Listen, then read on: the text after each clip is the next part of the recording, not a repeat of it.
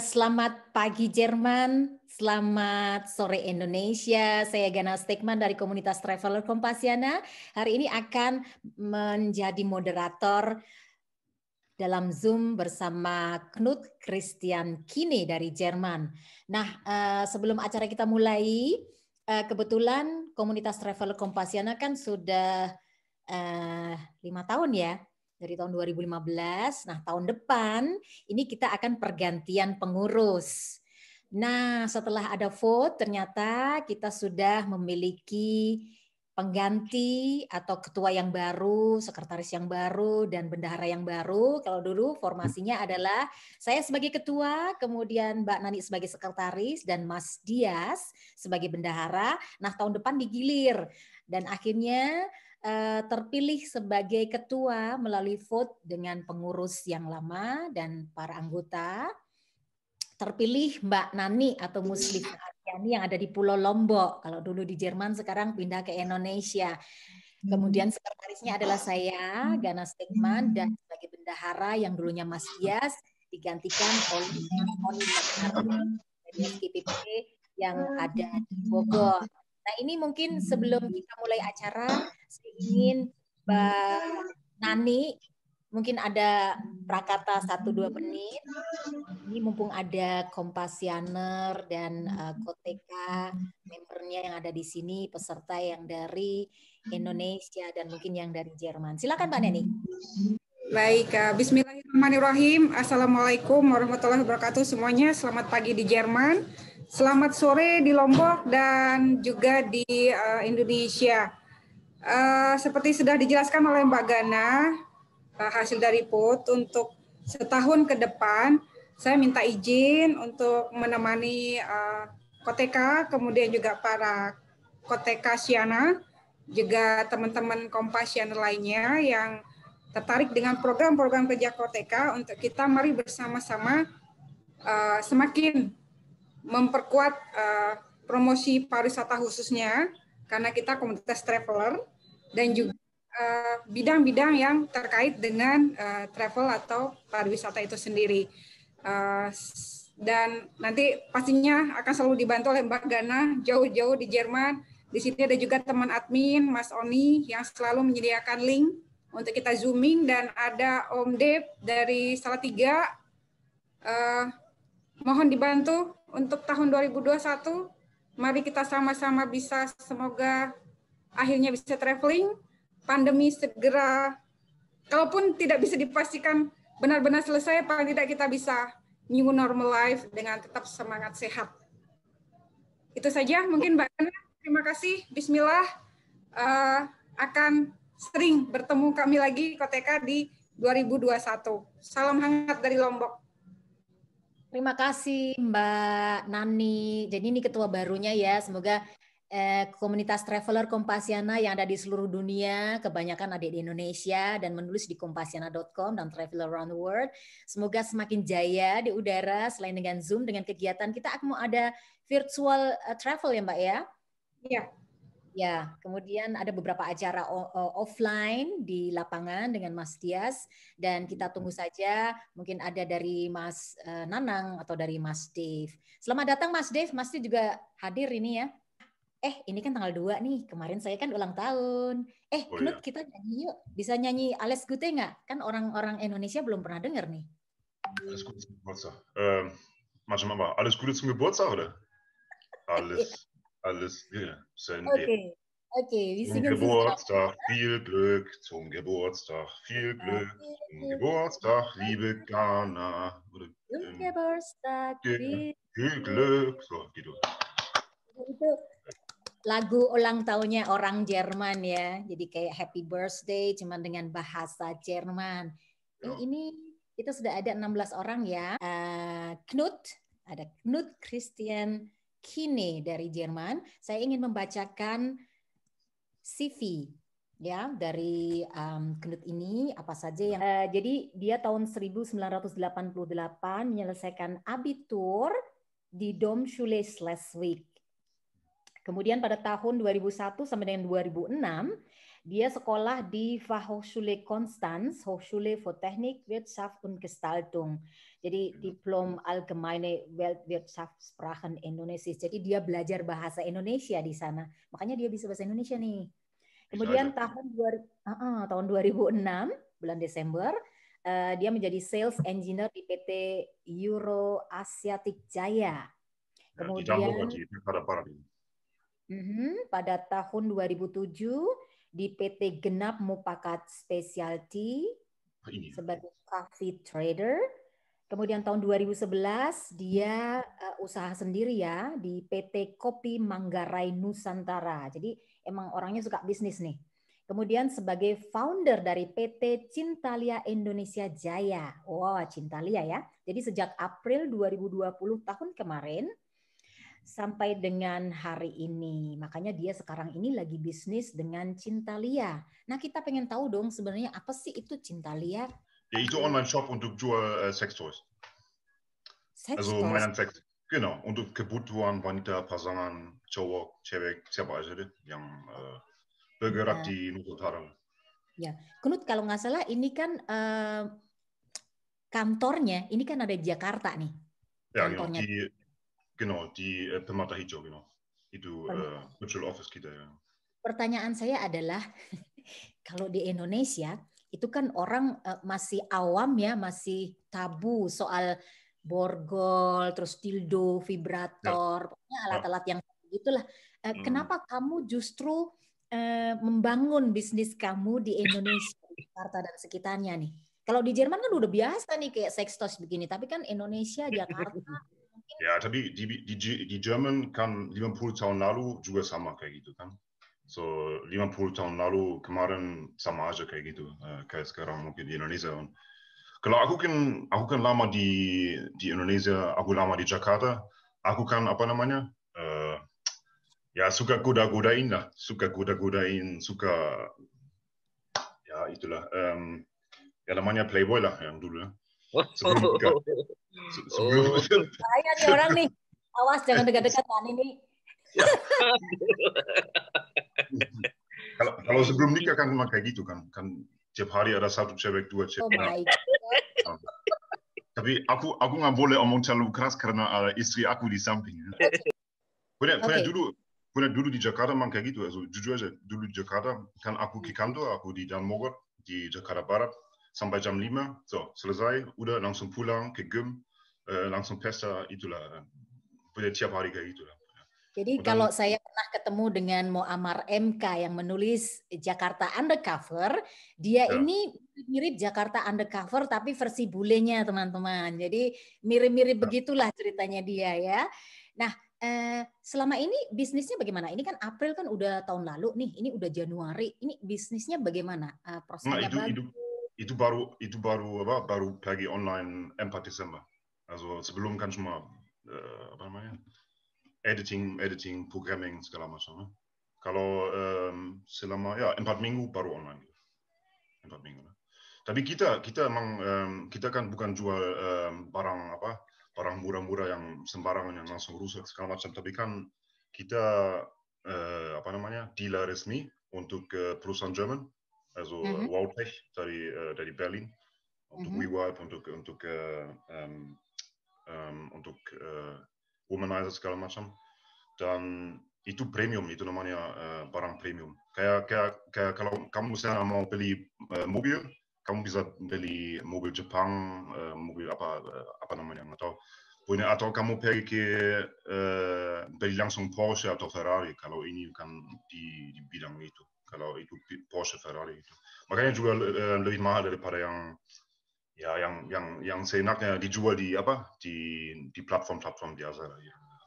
Oke, jadi selama ini konsumen di Indonesia puas ya dengan jasa atau dengan barang yang kamu tawarkan ini dari Jerman? Ya, also mereka belum kirim foto waktu pakai, tapi kayaknya puas ya. Kan ada karena belum ada komplain. Ada customer review. Nee, belum ada yang komplain. Kalau komplain mungkin aku bisa ke sana bantu udah kasih tahu gimana. Papak sama ibu ini harus ke sana, kan masuk ke sini gitu lah. Ya, semoga sukses bisnis Cintalianya di Indonesia. Nah, kita balik lagi ke tadi aku pernah bilang soal sekolah di HTWG Konstans. Nah, di situ kamu kan belajar bahasa Indonesia. Genau. Apakah kamu hanya belajar bahasa Indonesia dari situ atau dari istri yang orang Indonesia atau bagaimana ini? Oh, sebelum istri sudah aku belajar dari Bibel. Sudah Tapi belajar ini, bahasa. genau, di Konstanz, Jam Selatan kan juga ada fakultas untuk Cina, bahasa Cina, untuk bahasa Indonesia. Nah, und dann ada Ibu Andi dari Sulawesi. Nee, bener, dulu kan aku mau kuliah matematik, karena kan aku mau pergi ke investment banking, also Mathematiker. Terus dari Mathematiker ya pindah ke bahasa Indonesia, ekonomi, apa namanya? Ja, terus kuliah di Konstanz, also bahasa Indonesia, ekonomi, segala macam. Und dann waktu itu kan aku juga pergi ke Yogyakarta kan 1 tahun, 2004. Di Yogyakarta di UGM. Di UGM ya. Menurut kamu bahasa Indonesia itu gampang atau sulit dibandingkan dengan bahasa Jerman atau bahasa Inggris? Kamu kan bahasa Jerman bisa, bahasa Inggris bisa, kemudian bahasa Indonesia. Menurut kamu bahasa Indonesia ini mudah nggak sih? Atau sulit atau bagaimana? Ja, kalau dibandingkan bahasa lain kan lebih mudah, karena gramatik juga lebih gampang. Ne? Also masa lalu, masa sekarang, masa so future tense und so, kan lebih gampang semua kalau bahasa lebih gampang dibandingkan bahasa lain untuk belajar. Und ya punya kan ya 10 tahun sudah di Indonesia kemarin kan, sekarang lagi Jerman. Tapi apa namanya? Ya punya kan 1 tahun di Yogyakarta, setengah tahun di UGM, setengah tahun apa ya, bikin kayak CV kecil untuk jual iklan. Ja, und dann setelah itu kan ke Indonesia terus und belajar dari orang, belajar dari bibir orang gitu. Dalam buku kamu, aku pernah baca buku kamu yang e-book itu sekilas ya. Kamu bilang sebenarnya sebelum ke Indonesia waktu itu kan kamu ke Australia dulu ya, jadi ke keluarga gitu. Dan kamu nggak tahu ini Indonesia tuh negara mana, terus letaknya di mana. Apa kamu waktu sekolah di Jerman itu belum tidak ada pelajaran geografi yang dimana kamu tidak ada ya? Nee, also yang aku cuma ingat waktu aku masih orang pemuda, aku paling ingat ada namanya Bali, ada Bali ya?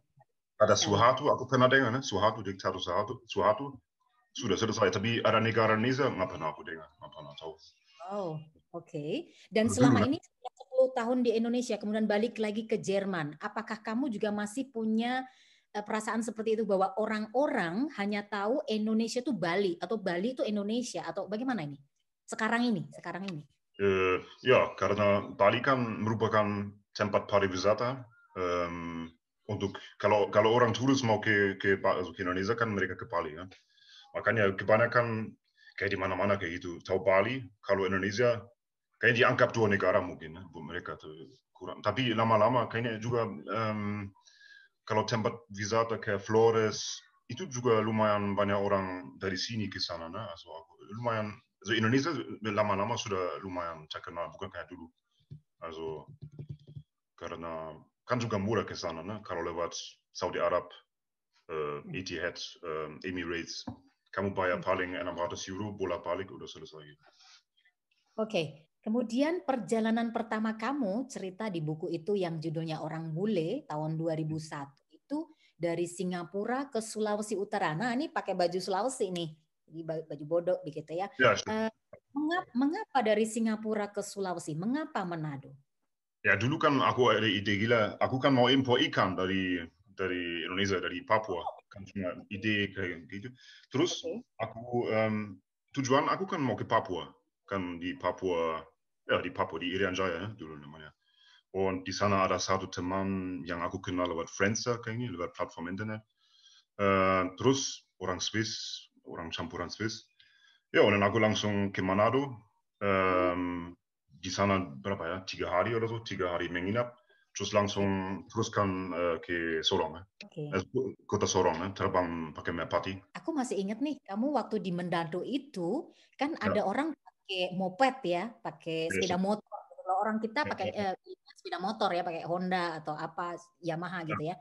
Mereka kan pakai masker tuh, terus kamu kira, oh gila nih ada perampok gitu. Kamu takut banget, kaget kan gitu. Itu gimana tuh ceritanya tuh? Seru banget kan?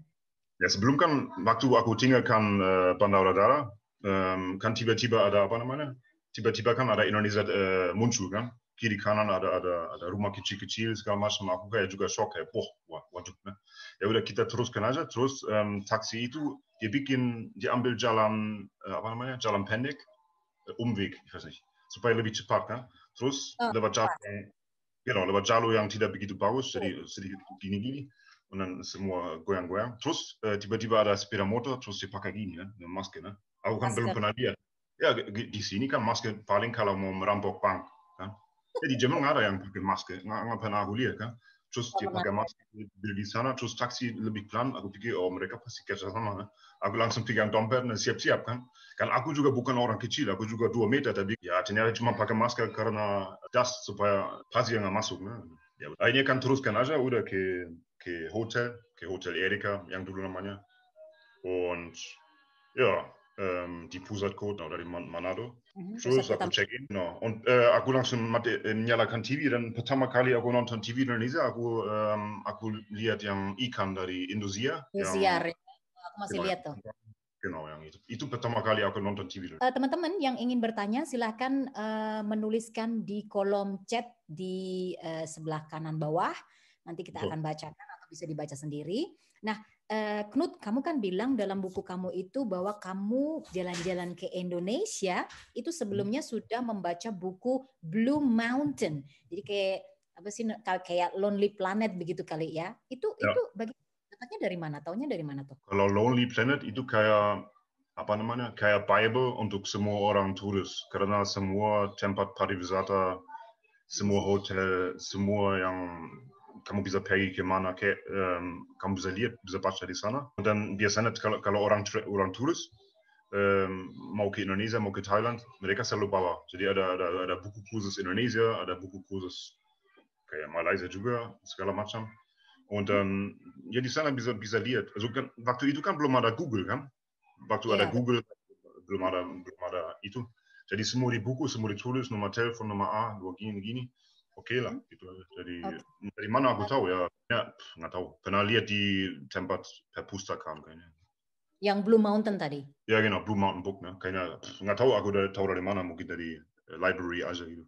Tapi isinya mirip ya dengan Lonely Planet atau agak berbeda? Achso, itu maksud aku Lonely Planet ya? Ada Blue Planet? Blue Mountain, buku travel. Ya itu maksud aku yang nggak tahu. Lonely Planet namanya, bukan Blue Mountain. Oke. Tadi kan bilang kamu sebenarnya tuh dari Manado tuh mau bisnis yang namanya bisnis ikan di Papua. Nah, penerbangan kamu yang dari sono dari Manado tadi ke Sorong itu kan pasti dengan pesawat kecil tuh. Nggak takut jatuh ke laut kamu? Ya, itu kan pertama kali aku naik Merpati. Itu pertama kali Merpati kan kita mendarat ist abheben, ne? So, naik und dann di atas laut. Terus tiba-tiba kan pesawat turun kan.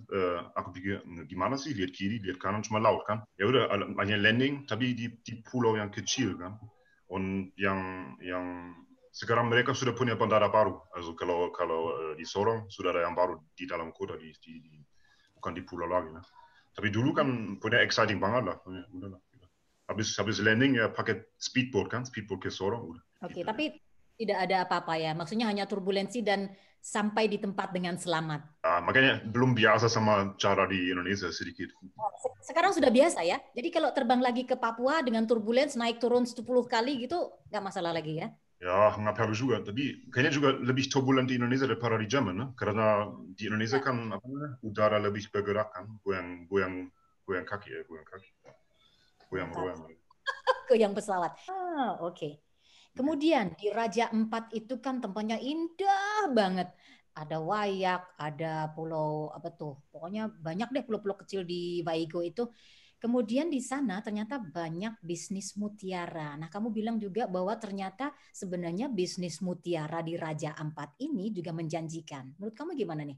Also aku sendiri juga belum pernah ke namanya Raja Ampat yang pulau-pulau itu. Karena aku terlalu pelit untuk membayar speedboat itu waktu itu. Tapi aku cuma di Sorong, aku di Teminabuan, aku di Manokwari, di Biak, ne? Tapi bukan ke tempat pariwisata yang sekarang ramai-ramai, belum pernah. Atau mutiara ya, maksudnya yang mutiara yang kecil itu yang putih. Nah, aku pernah, ya stimmt. Aku cuma pernah dengar satu story dulu dari orang Jerman juga yang punya diving school di sana.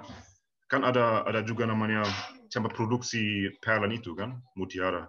Terus pernah satu kali mereka dirampok kan. Mereka kan dirampok pakai speedboat, also yang kapal laut yang sangat cepat. Und pakai masker segala macam. Tapi juga yang waktu yang hadir di sana waktu itu dia juga bilang sebenarnya yang punya speedboat, yang punya kapal yang begitu cepat itu cuma yang punya polisi doang gitu. Makanya ya dia curiga mungkin. Di Papua itu kamu kan ketemu anak-anak Papua. Mungkin beda ya kamu ke Jakarta, ke Manado, kemudian ke Papua. Itu kan anak-anaknya mungkin berbeda dengan anak-anak yang pernah kamu temui. Terus kamu bilang giginya pada bolong. Kalau dibandingkan dengan di Jerman misalnya, karena sistem kesehatannya lebih bagus, cek kesehatan lebih bagus, terutama gigi, karena gigi kan mahal gitu. Bisa cerita nggak tentang kesehatan gigi di Papua, anak-anak di Papua? Ya. Kalau bolong artinya apa? Bolong. Bolong. Ja. Bolong itu bolong. Loch. Ach so, Loch, ja stimmt. Ja, stimmt. Ne? Ya kayaknya kayaknya emang apalagi kalau kamu di kampung banget, kan aku di Sorong, terus aku pernah naik ke punya wilayah yang hutan banget, yang desa banget. Und dann kamu di sana memang lihat juga misalnya kalau kamu ke sekolah ada guru yang punya lubang di sini, und dann kayaknya juga, also pada saat itu, nggak tahu sekarang mungkin juga sudah beda, ne? Tapi pada saat itu kayaknya kalau ada sakit gigi ya ditarik mungkin, ne? Also misalnya di Jakarta kan juga nggak mungkin kayak gitu kan, ada dokter yang juga profesional, ada dokter gigi segala macam. Cuma pada saat itu waktu aku di sana itu 2001. Oke. Nah, selama di Papua kamu makan apa nih? Makan sagu, makan nasi, makan roti, makan apa nih? Ya nasi biasa. Nasi, ikan, sayur. Ada di waktu di Caminabuan ada apa namanya yang dibuat dari kelapa yang kayak licin banget, yang jadi satu, yang kamu kalau makan itu jadi satu gitu, susah dimakan, apa namanya? Oh ya. Zagu-zagu, kaku-kaku. Kemudian kamu juga tadi menyebut nama Terminabuan. Waduh, ini waktu aku ke Caminabuan kan pakai kapal kecil, bukan speedboat tapi kapal kecil dari Sorong ke Caminabuan. Und berapa itu? Mungkin 10 Meter panjang dan 3 Meter lebar oder 3-4 Meter. Ya udah, dan kita ke sana. Terus waktu kita di laut terbuka, di open waters, terus kapal laut juga bergerak kiri kanan und so. Und semua jadi sakit. Nah, aku sendiri juga mual-mual banget. Atau aku juga sampai keluarin. Tapi punya banyak orang teriak. Ada ibu yang pegang bayi, dibilang Yesus Kristus, menangis und so. Und aku cuma bisa berbaring karena aku bisa berdiri lagi. Terus ada bapak itu yang ada kakek yang bawa nasi, bungkus nasi yang gede beberapa. Terus banyak orang yang berbaring di atas termasuk aku. Ya. Aku di sana und punya mual banget und beberapa jam baru sampai di Caminabuan. Dan Caminabuan itu kan apa namanya mangrove banget, di banyak hutan di dekat laut segala macam. Aku baru keluar dari kapal itu, terus kan juga bawa apa namanya CD player kan, CD player. Terus waktu aku lihat, loh CD player langsung jatuh ke laut kan, aduh langsung pikir. Ya udah, dan terus ada anak yang bilang, ya aku bisa cari und so, nee nggak usah. Und Caminabuan waktu itu ya desa banget, ne? Also kayak bukan desa lagi, kayak kampung, ne? Kayak kampung. Tapi ada satu ibu yang orang Swiss yang tinggal di sana, dia kerja untuk NGO waktu itu, sudah tua banget, tapi makanya aku kunjungi dia, ne? Und menginap di sana 1 malam, dan setelah itu balik. Sudah pernah ketemu sama tikus? Also waktu aku tinggal sama keluarga saya di Ruteng, di Flores kan, kita tinggal di Ruteng di pegunungan. Nah di sana kan ada gudang, ada rumah kecil. Ya tiap malam di sana tikus kecil mereka lompat kiri kanan bed kita, also bed kami di sana. Also lama-lama buat aku nggak masalah. Also kalau kecil banget nggak masalah. Kalau rakus aku nggak suka. Gitu ya, yang tikus besar gitu ya, perok namanya. Mereka nggak suka sama aku kayaknya. kita pernah loh di Jerman itu ada wabah pes dari tikus tahun berapa tuh? 1800-an kan? Berarti kita sebenarnya udah pernah ada banyak tikus di Jerman. Tahun kapan tuh? Jadi wabah pes kan? Jadi ada tanda Kreuz yang di mana banyak korban wabah pandeminya pes Ach so, tahun ja. berapa di Ja. Jerman. Ya. Ja, Jadi ja, ja. sebenarnya udah pernah mengalami masa-masa seperti di Indonesia sekarang ini. Dari Manado, terus kamu ke Papua, kamu juga pernah kan yang namanya ke Ternate, Maluku. Ja, itu Itu cuma di stop doang. Genau, itu waktu aku dari Sorong naik Pelni, ya lewat Pelni, also kapal laut, stop di Ternate, cuma lihat doang, ada yang jual makanan, mau jual itu, terus kan ke Bitung, ya, ke Bitung. Bitung, oke. Genau. Tadi Itu Bitung, kalau pelabuhan Bitung, waktu dulu itu dibilang kalau kamu bawa koper, kamu selalu pegang kalau kamu di pelabuhan karena dicuri minta ampun di sana, banyak tikus di sana. Also tikus manusia. Saya pikir dari perjalanan kamu yang paling heboh itu kayaknya di Jakarta. Karena kata kamu pacarnya si Knut ini sampai 1000 teman-teman. Coba deh, 1 hari itu 2 pacar. Bukan tiap hari, tapi aku pikir kalau orang bule yang jomblo, yang ada di Jakarta, mereka hidup kacau juga. Also kacau. Also aku tahu aku punya satu teman, dia orang fotografer, orang Jerman juga, dia punya pacar orang Indonesia, dia tinggal bersama dia, terus percaya atau tidak, also yang pacar dia suka naik cowoknya ke tempat yang ada klub-klub, ada cewek-cewek, cewek bayaran, ne? Terus dia antarin, dia juga jemput lagi, dia nggak masalah gitu. Ya punya ya Jakarta emang ya, punya kalau kamu belum nikah, jomblo, kamu sebagai bule ke Jakarta kayak surga kan? Karena di Jerman kalau misalnya kalau di Jerman kan juga beda. Kalau Jerman beda. Kalau aku sebagai orang bule di Jerman, aku misalnya aku langsung omong sama cewek di jalan minta nomor handphone, dia langsung kasih pukul aja mungkin. Kasih pukul di wajah dan bilang pergilah udah gitu. Oke. Kamu cerita bahwa di Jakarta itu kamu menginap di Jalan Jaksa. Ya, itu, ich weiß nicht, di mata masyarakat Indonesia mungkin itu dianggap tempat yang kurang bagus. Tapi emang kalau Jalan Jaksa untuk orang backpacker ya, yang pariwisata, itu tempat tujuan dulu di Jakarta yang pertama karena juga murah. Und karena semua orang bule, orang turis ya, bukan bule, orang turis yang mau ke Jakarta, mereka di sana, menginap di sana karena memang murah. Brasilia juga. Also ada juga restoran Jerman di sana, ada segala macam. Also cukup berwarna di sana. Okay. Und, sebelum pandemi biasanya hanya 1 bulan 30 hari bebas visa. Tapi kamu bilang dulu, zaman dulu itu 2 bulan visa. Ini bagaimana pergantian 2 bulan visa sekarang cuma sebulan. Bagaimana ini? Mungkin juga cari uang aja dari kantor migrasi. Also dulu kayaknya juga tarif 25 US Dollar kira-kira untuk 8 minggu. Sekarang yang sama, harga sama, ne? Oder 30 US Dollar untuk 1 bulan. Ya mungkin kalau untuk apa? Untuk travel yang mau keliling Indonesia, mungkin jadi ribut karena mereka harus perpanjangkan tiap kali dan visa itu. Und dulu waktu aku mau ke Papua, itu kan juga lebih orang turis nggak bisa masuk.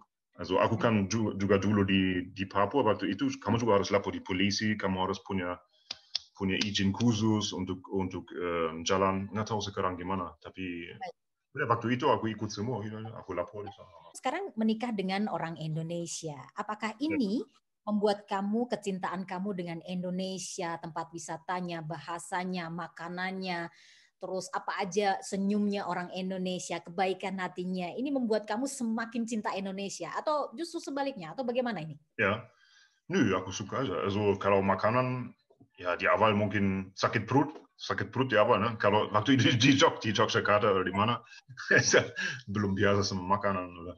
Tapi lama-lama Mark juga kuat, ne? Und ya lama-lama juga bisa menyesuaikan diri sama keadaan, sama budaya, saya cara omong. Apalagi kalau kamu bisa omong bahasa Indonesia, kan lebih gampang semua. Kalau kamu cuma pakai bahasa Inggris, harga-harga mahal semua kan. Oh iya bule, oh ya, kami bisa bikin mahal-mahal. Kalau aku juga apa ya?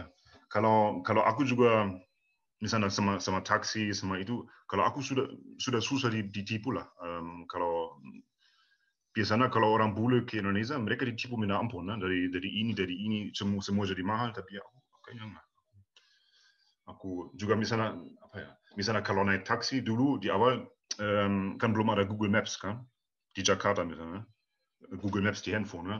Terus pertama kali kalau waktu aku ke Jakarta, aku kayak, waduh, ini kota jalan kemana, jalan ke sana, aku nggak tahu. Nah, aku mau dari A sampai B.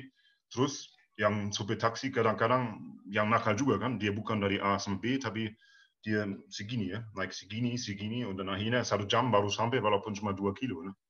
Tapi lama-lama ya, kamu juga tahu jalan, kamu harus bilang ke supir taksi belok kiri, belok kanan, und dann lama-lama nggak masalah karena kalau kamu sudah tahu semua jalan ya susah ditipu juga. Di chat room sudah ada banyak pertanyaan. Mbak Muslifa Asyani sebagai Ketua Komunitas Travel Kompasiana sudah pamit karena ada acara lain. Matur Agung Tapiasih. Jadi dia ada di Lombok, Knut ya. Oh, ya. Pertanyaan dari Pak Sution. Knut, do you stay in Jakarta? Nee, sekarang aku lagi di Jerman, tapi kantor di Jakarta. Which business of Cintalia? Nee, PT Cintalia Indonesia Jaya. Also itu juga PT PMA resmi, also permodalan asing. Emang terdaftar lah semua. Tapi Semua yang lengkap. dari kopi itu kan kamu berhenti itu karena prospeknya kurang bagus atau bagaimana? Padahal di Jerman itu kan orang suka minum kopi tuh. Achso, yang maksudnya yang PT Kopi Manggarai itu sudah dibubar. Itu sudah itu genau ini kan aku ekspor beberapa kontainer dulu dari Flores lewat Surabaya. Tapi nah, kita stop itu makanya pindah dari kopi ke cinta kan. Makanya. Ada pertanyaan dari Indrayadi. Knut, before visited Papua, had you ever transit in Ambon? Nee, belum pernah. Also cuma waktu aku balik lewat Pelni stop di Ternate.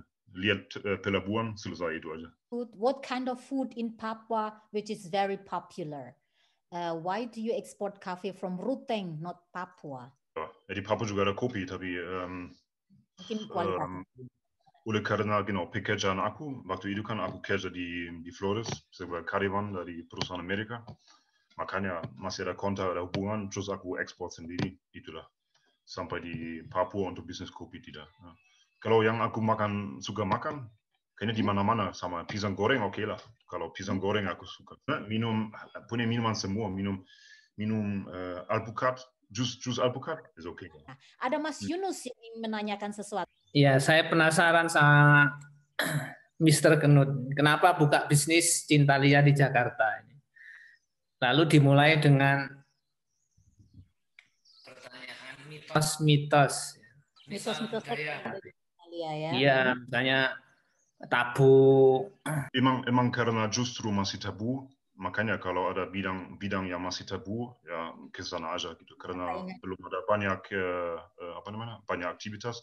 Dan kalau kita, also kalau yang Cintalia misalnya itu bisa dibilang emang kalau pada saat itu situs terbaik di bidang itu. Also situs dari masalah teknis, dari masalah produk, masalah semua.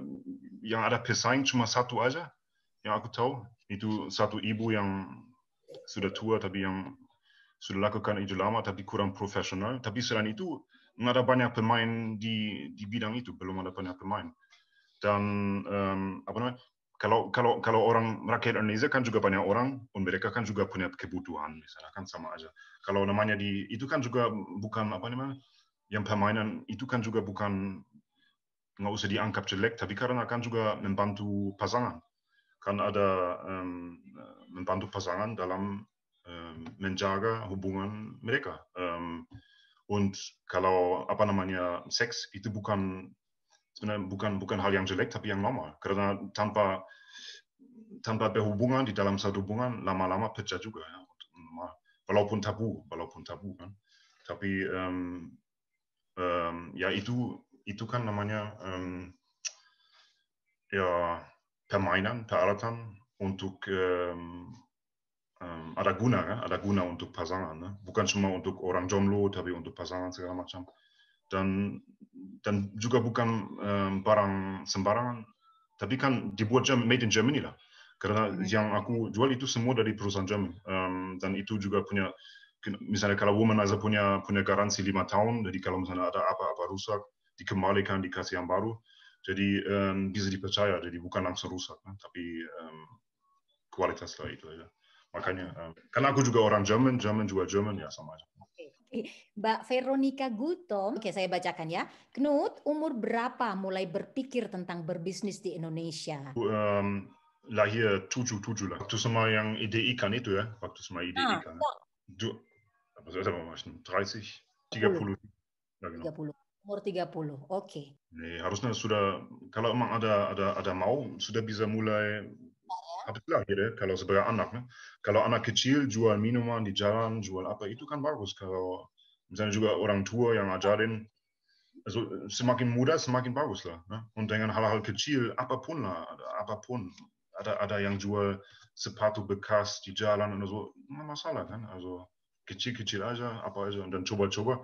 Und kalau kita coba, misalnya kita coba 10 kali, itu satu kali meroket juga, ya? Salah satu. Pokoknya harus berusaha terus aja gitu, masalah. Ini ada Mbak Yukiko. Bagaimana pengaruh interaksi dengan orang Indonesia terhadap sifat Anda? Ini agak nakal nih ya. Kemudian tentang bisnis Anda juga. Dipercaya dalam, ya aku bisa dipercaya ya. Aku, yang aku bilang itu jadi fakta, nah, selalu.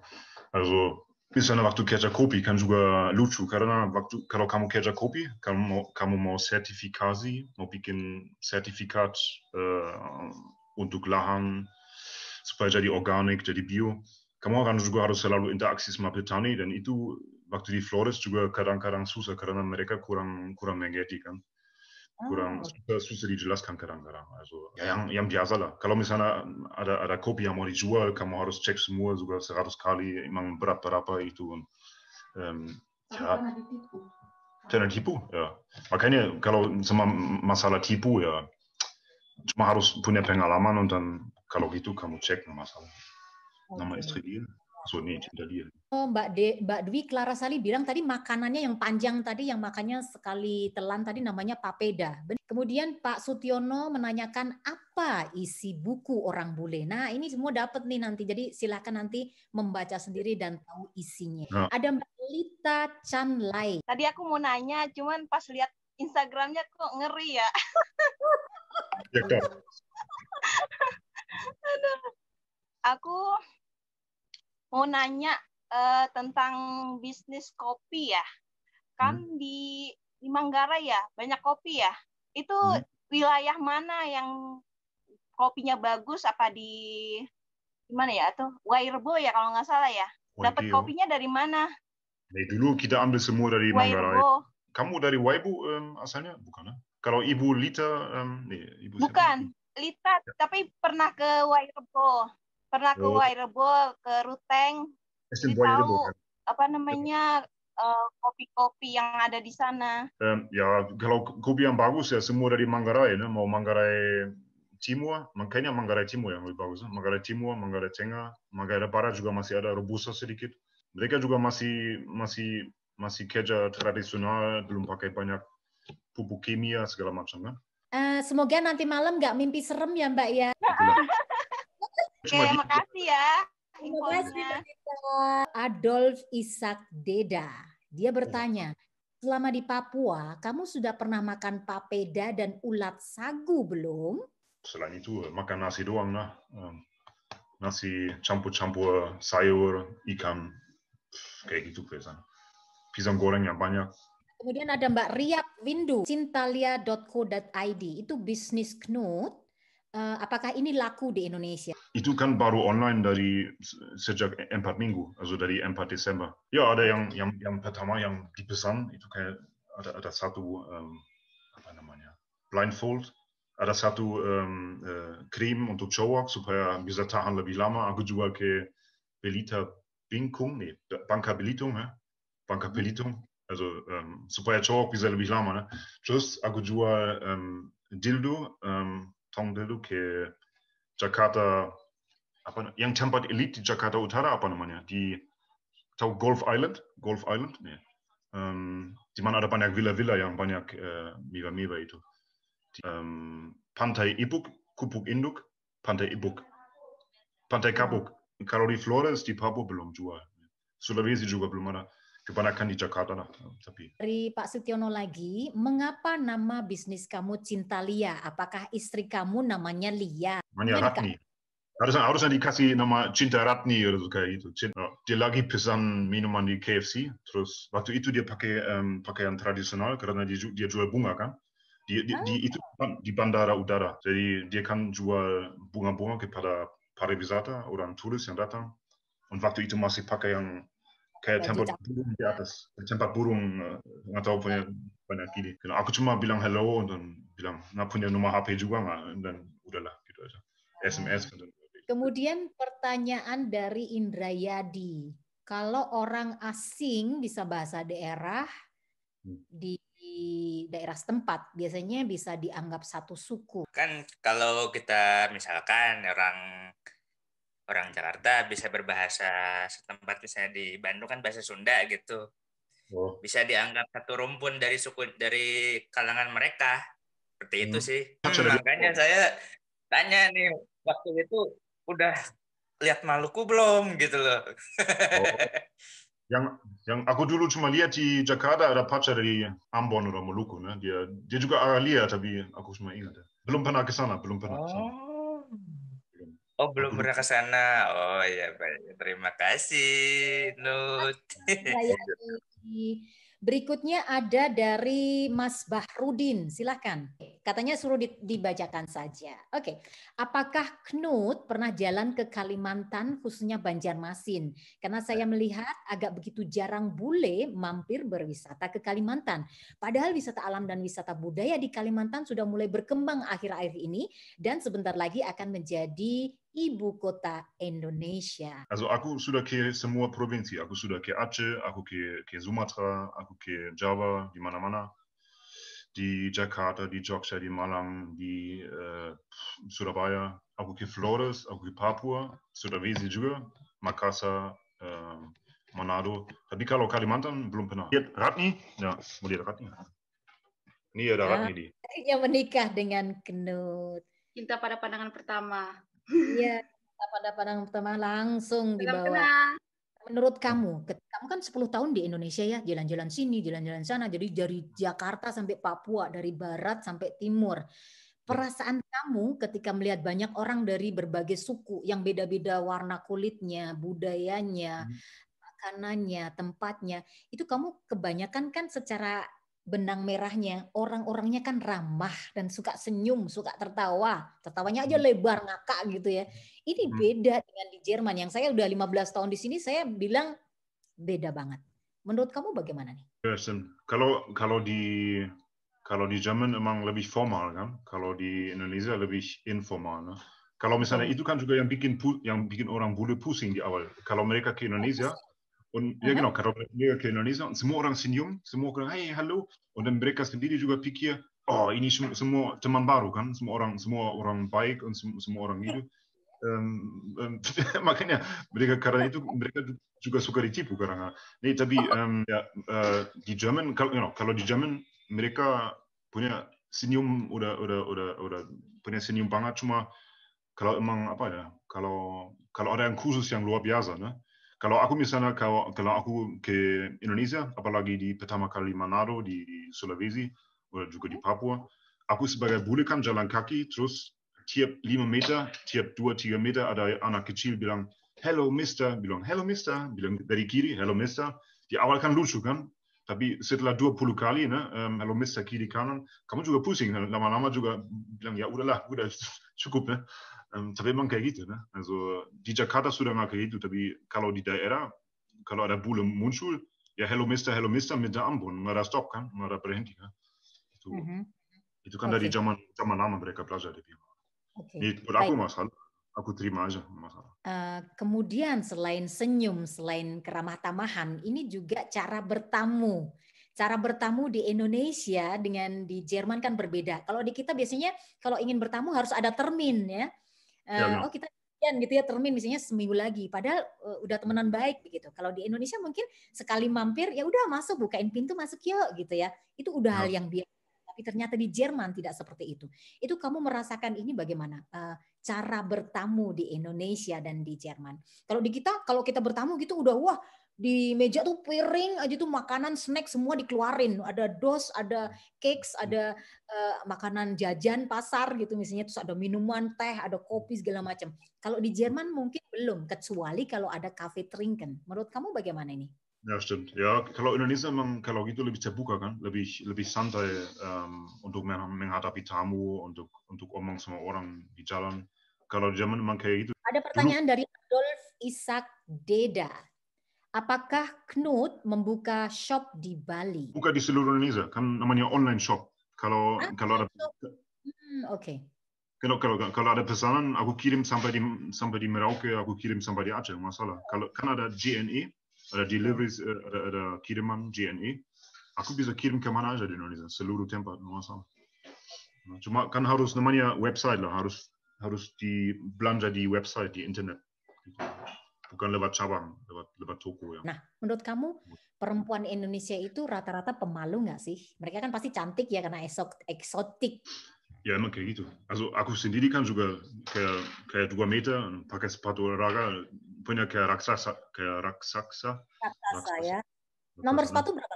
Nomor 52. 52. Itu kapal bukan sepatu. Makanya kalau aku mau cari sepatu, aku lagi di Indonesia, aku bisa cari di seluruh Asia nggak dapat, di Singapura pun nggak dapat, karena aku harus telepon sama ibu aku di Jerman dan minta pesan, dia kirim ke Indonesia gitu. Ya, kalau kamu sebagai orang bule jomblo ke Indonesia, misalnya juga waktu itu aku ke Manado, kamu kan merasa kayak artis karena dipuji terus dari kiri kanan bilang hello mister. Ya. Emang kayak gitu, emang jujur kayak gitu, karena kamu di kota yang besar mungkin sekarang juga sudah beda, tapi kalau kamu sebagai orang bule, kamu kulit putih, ya kamu yang apa namanya, orang lihat aja kan. Und nggak masalah, aku juga punya masalah, tapi sama cewek, ya aku suka aja kalau ada yang ramah, ada yang senyum. Aku lebih suka orang senyum daripada mereka bikin tidak senyum. Also, buat aku oke aja gitu. Und selama kamu hormati sama orang, mereka juga hormati kamu. Kalau kamu kurang respect sama orang, mereka juga nggak respect sama kamu. Kalau di Indonesia kan wisatanya nggak cuma wisata tempat objek begitu ya yang mau dikunjungi, tetapi juga wisata kulinernya. Aduh, enak banget makanan di Indonesia. Setiap daerah punya spesialisasi sendiri. Di situ juga didukung dengan adanya banyak warung. Kalau di Jerman kan nggak ada warung karena mungkin karena dingin atau mungkin karena kesehatan, standarnya harus benar-benar bersih dan sebagainya. Kamu pernah nggak misalnya nongkrong di warung gitu, mencicipi masakan-masakan tradisional yang ada di tempat-tempat yang kamu kunjungi? Ya selalu. Apalagi di Jogja, kan juga tiap malam ada banyak tempat jual makanan di samping jalan yang cuma buka di malam. Malioboro. Di Malioboro, di mana aja kan, Jalan Colombo di mana aja. Und di sana kan, ya di sana emang aku juga stop dulu sama pacar orang Jogja und makan di sana. Und di awal kan suka sakit perut, tapi lama-lama sama yang pedas apa namanya? Lombok. Sama cabai. Aku juga pernah makan waktu itu. Aku juga pernah lakukan hal yang bodoh. Kan ada namanya steakhouse kan, steak warung, tahu kan? Warung steak kan. Ya, di sana kan aku makan, biasanya kan aku pesan French fries, kentang goreng, steak, minuman. Ya. Und dann pernah satu kali, bukan ide aku, tapi kan ide yang pacar bekas aku, mau pesan ice cream di sana kan, ice cream. Sebenarnya nggak bagus karena harus juga menjaga kedinginan. Ya udah dia pesan ice cream, coklat, dia pesan satu ice cream coklat. Terus yang makan, ya aku hampir semua kan. Aku hampir makan semua, tapi dia cuma satu sendok doang. Setelah itu langsung dikena ini paratyfus lah. Also yang punya langsung harus ke dokter, dikasih antibiotik. Und dann lumayan ribut juga. Kata Mbak Clara ini sambal goreng krecek yang pakai cabai tadi yang pedas. Kita masih ada 10 menit, mungkin 5 menit kita cerita tentang pembuatan buku. Ini kan bukunya dalam bahasa Indonesia nih. Jadi teman-teman nanti yang hadir di sini 18 orang akan mendapatkan e-book dari Knut. Jadi sebuah buku yang dia tulis judulnya Orang Bule atau Bule ya, karena dia pernah keliling Indonesia sebagai orang asing, dan di Indonesia itu namanya bule. Kalau di kita di Jerman namanya Ausländer atau Ausländerin. Karena saya pengen tahu kamu itu mengapa menulis buku ini? Bukankah kamu bisnis ya? Kok tiba-tiba nulis gitu? Apakah ini hobi kamu atau kamu ingin mendokumentasikan pengalaman aku di Indonesia tuh warna-warni gitu ya, Jakarta undercover begitu. Atau gimana nih? Bisa cerita sedikit tentang proses pembuatan buku ini? Aku kan mau tulis semua pengalaman aku kayak di dalam apa namanya? Das heißt Tagebuch, Diary. Kayak diary. Buku harian. Pokoknya aku mau catat aja semua pengalaman aku. Und itu kan buat aku sendiri, bukan supaya ada yang beli, ada yang beli itu. Jadi makanya aku kasih gratis aja gitu. Cuma ditulis iklan Cintalia, mungkin ada yang buka website. Tapi itu buat aku sendiri. Makanya yang aku tulis itu kan berapa halaman? 160 sekarang. Und di awal kan aku sudah bikin itu semua dalam bahasa Jerman. Terus diterjemah pakai Google Translator. Terus di awal istri aku bantu koreksi sedikit, tapi yang di tengah sama di akhir itu kayak lebih ikut dari Google Translator daripada istri gitu. Tapi kayaknya bisa dimengerti semua. Kalau ada yang kurang sempurna dari gramatik, ya disesuaikan sendiri ya, pikir yang mana yang masuk akal. Aber benar aku tulis sampai aku di Flores, und nanti aku bikin bagian kedua lagi. Pengalaman aku di Flores, nanti nikah di Bali segala macam. Itu kan belum termasuk kan, belum termasuk. Oke. Aku pernah baca itu di Amazon ada yang jual, katanya tidak dijual. Genau, itu aku jual, genau. Ya, tapi untuk orang Jerman aja, genau. Bahasa Jerman. Genau. Untuk bahasa Jerman. Tapi juga dengan harga yang kecil banget itu. Kayaknya berapa? 3 euro, 2 euro, 2,5 euro. Itu namanya Orang Bule itu sama. Ini yang buku e-book itu. Cuma untuk masyarakat Indonesia aku kasih gratis. Kalau untuk Jerman aku minta uang gitu. Kamu kan bilang sebelum kamu akan membagikan e-book ini pada peserta Zoom, kamu sudah membagikan e-book ini pada orang-orang. Jadi yang versi bahasa Indonesia ini. Bagaimana tanggapan mereka tentang buku kamu? Karena kan bukunya kan ada yang cerita-cerita seks juga ya. Bagaimana tuh? Versi Indonesia aku juga apa namanya? Punya bisa dibaca, ada bukan keras banget, ne? Also dibikin sedang aja, dan kata-kata juga bukan vulgar banget. Also kayaknya mereka suka baca, kayaknya aku dapat beberapa respon. Kan juga namanya gratis kan, kalau mau baca, kalau tidak ya tidak. Tapi punya yang aku tulis emang semua terjadi kayak gitu, bukan aku ciptakan di kepala, tapi emang semua yang ditulis di sana emang terjadi kayak gitu. Saya ingin menanyakan tentang bagaimana pendapatmu tentang moto Wonderful Indonesia. Apakah benar setelah kamu 10 tahun di Indonesia, sekarang menikah dengan orang Indonesia dan bisnis di Indonesia sampai hari ini, apakah kamu setuju dengan moto bahwa Indonesia itu benar-benar wonderful? Ya, setuju banget. Also, setuju banget. Mengapa? Ya, karena memang aku juga kalau dari cuaca, aku lebih sesuai, lebih cocok sama cuaca Indonesia juga, lebih suka panas-panas. Und punya alam juga bagus, ada pantai, ada ini.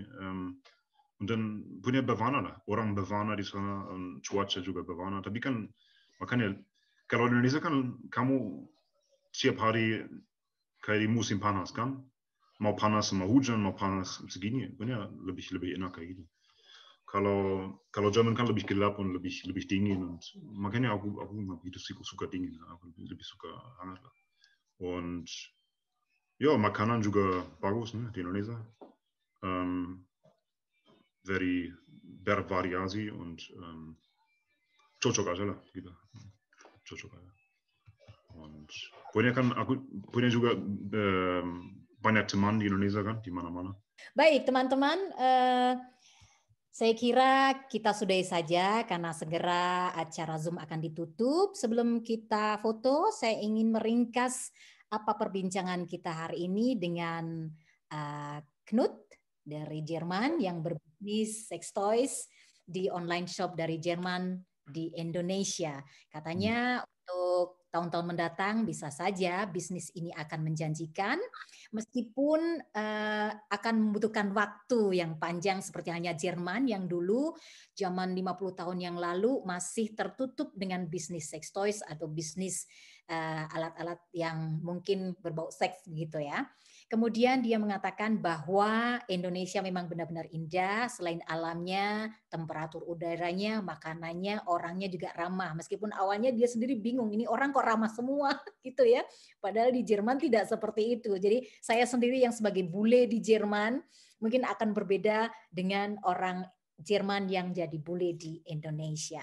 Dan semoga perbincangan kita kali ini akan memberikan manfaat dan inspirasi. Kalau bule saja ingin mengembangkan bisnis seperti kopi, seperti apalagi tadi ikan misalnya yang merupakan kekayaan alam Indonesia, ini akan memberikan sebuah semangat bagi kita semua. Nah, kalau bulenya aja berbisnis di Indonesia, masa orang Indonesia yang punya daerahnya sendiri nggak mau mengembangkan bisnis, mencari rezeki dan mencari partner bisnis di seluruh Indonesia dari Jakarta sampai dengan Papua, begitu ya. Dan terima kasih sekali lagi untuk yang telah hadir di sini. Semoga bermanfaat, semoga memberikan pengetahuan baru dan kenalan baru. Ada Knut. Baik, demikian Zoom kita kali ini bersama Knut Christian Kine dari Jerman yang membahas tentang Wonderful Indonesia, tentang perjalanannya dari Jakarta ke Papua.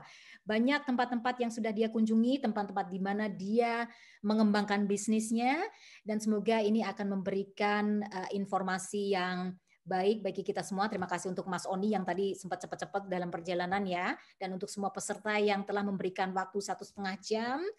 Karena mungkin juga nyedot pulsa. Dan kita akan jumpa lagi minggu depan Sabtu dengan moderator dan narasumber yang berbeda. Saya Gana Stigma. Cuy semuanya, terima kasih. Selamat tahun baru. Koteka mengucapkan selamat tahun baru untuk semuanya di Semarang, di Malang, di Ambon, di Jakarta, di Jerman dan sekitarnya. Bye. Terima kasih. Silakan meninggalkan ruangan. Happy New Year. Sama-sama.